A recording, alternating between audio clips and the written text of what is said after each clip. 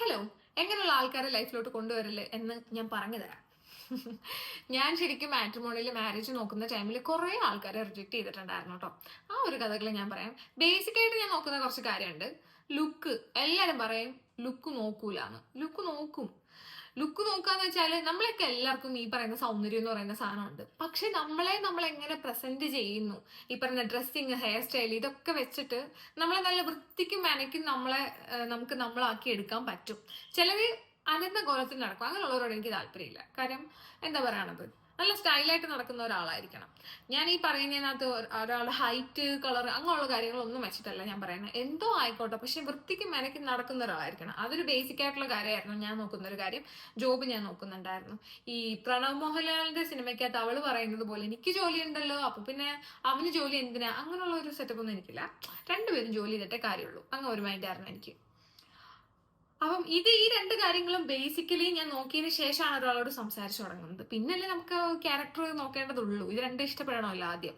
അങ്ങനെ ഞാൻ സംസാരിച്ചു തുടങ്ങിയപ്പോഴത്തേനും നമ്മൾ ട്രിവാൻഡ്രത്തുള്ള ഒരു പുള്ളിക്കാരനായിരുന്നേ. പുള്ളിക്കാരൻ്റെ അടുത്ത് ഞാൻ സംസാരിക്കുമ്പോഴത്തേനും പുള്ളിക്കാരൻ കുഴപ്പമില്ല. പക്ഷേങ്കില് സംസാരിച്ച് വരുമ്പം ഇടയ്ക്ക് മുറയ്ക്കും എല്ലാം ഈ എക്സിന്റെ കാര്യം പറഞ്ഞുകൊണ്ടിരിക്കുകയാണ്. അവരങ്ങനെയായിരുന്നു, അവരിവിടെ പോയിട്ടുണ്ട്, അവരവിടെ പോയിട്ടുണ്ട്.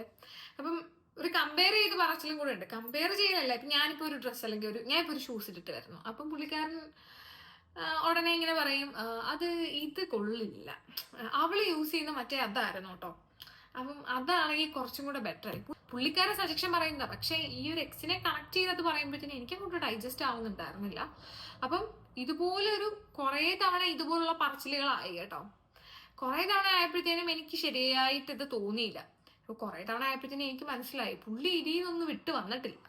ഇതിന്ന് വിട്ടു വരാതെ രണ്ടാമത്തെ മാരേജിലോട്ട് പോവാ. ശരിക്കും പറഞ്ഞാൽ എക്സ്പീരിയൻസ് കൊണ്ടും കൂടെ പറയാണ്, ശരിക്കും ഒരു റിലേഷൻ കംപ്ലീറ്റ്ലി വിട്ട് നമ്മൾ അതിൽ നിന്ന് ഫുള്ളി റിക്കവർ ആയതിനു ശേഷം മാത്രമേ പുതിയൊരു റിലേഷനിലോട്ട് പോവാവൂ. അതാണ് എപ്പോഴും നല്ല കാര്യം. ഇല്ലെങ്കിൽ നമ്മൾ ചിലപ്പം ആ പഴയ ഓർമ്മകളിലൂടെ തന്നെ ആയിരിക്കും ചെയ്യുന്നത്. കുറച്ച് നാൾ ഓർമ്മകളിലൂടെ അയവിറക്കി അങ്ങ് ജീവിക്കുക. ഈ ഓർമ്മകളിലൂടെ ഒക്കെ ജീവിച്ച് കുറച്ച് നാളങ്ങ് മടുത്ത് കഴിയുമ്പോഴത്തേനും അടുത്ത ഒരു റിലേഷൻ നോക്കാനായിട്ട് നിൽക്കാവും. പക്ഷെ പുള്ളിക്കാരൻ അങ്ങനെ ആയിരുന്നു തോന്നില്ല. പുള്ളിക്കാരൻ ഇങ്ങനെ പറയുമ്പോൾ ഞാൻ വിചാരിക്കും, പിന്നെ ഇവരെന്തിനാണ് ഡിവോഴ്സ് ആയത്, ഇവർക്ക് ഒരുമിച്ച് അങ്ങ് ജീവിച്ചാൽ പോരായിരുന്നു. ഇവർ മ്യൂച്വലി പറഞ്ഞ് അങ്ങോട്ടും ഇങ്ങോട്ട് പറഞ്ഞ് എന്തോ ഡിവോഴ്സ് ആയതാണ്, ശരിയാവില്ല എന്ന് പറഞ്ഞ്. പിന്നെ അതിന്റെ ആവശ്യമില്ലല്ലോ. സോ എനിക്കത് ശരിയായി പോവില്ല എന്ന് തോന്നി. ഈ എക്സിനെ വെച്ച് കമ്പയർ ചെയ്യല്, നാക്കെടുക്കുമ്പോ എക്സിന്റെ കാര്യം ഇങ്ങനെ പറഞ്ഞുകൊണ്ടിരിക്കുക, അങ്ങനെയുള്ള ആൾക്കാര് ശരിയാവില്ല കേട്ടോ. അത്